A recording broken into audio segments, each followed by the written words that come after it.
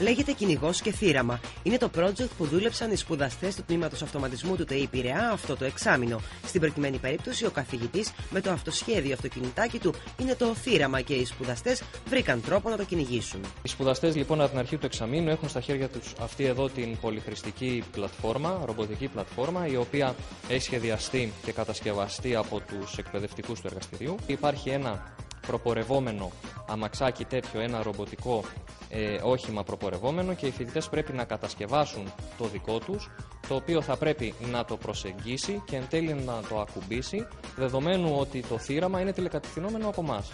Οι σπουδαστές χρειάζονται σκληρή δουλειά αλλά και φαντασία για να ταπεξέλθουν στις εργασίες της ρομποτικής.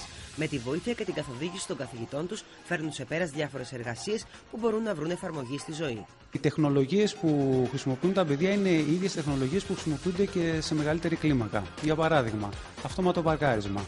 Η τεχνολογία υπάρχει ήδη, τη βλέπουμε στα σύγχρονα αυτοκίνητα. Θα μπορούσε να είναι τα αυτόνομα οχήματα, δηλαδή οχήματα τα οποία είτε τηλεκατευθύνονται είτε κινούνται κατά βούληση. Σε προηγούμενο εξάμηνο, οι σπουδαστές κατάφεραν να μετακινούν την τροχήλατη κατασκευή με την κίνηση των χεριών. Ανάλογα με την απόσταση που βρίσκονται τα χέρια μας, το μήχανο κινείται μπροστά. Αν τα φέρω πιο κοντά τα χέρια, κινείται πίσω. Αν αφήσω το δεξί μου χέρι, στρίβει προς τα αριστερά, ενώ αν δει το αριστερό, στρίβει προς τα δεξιά. Οι σπουδαστές του ΤΕΙ Πειραιά πολλές φορές κάνουν περήφανους τους καθηγητές με τις ιδέες τους που βραβεύονται και ζητούνται από εταιρείες για εφαρμογή.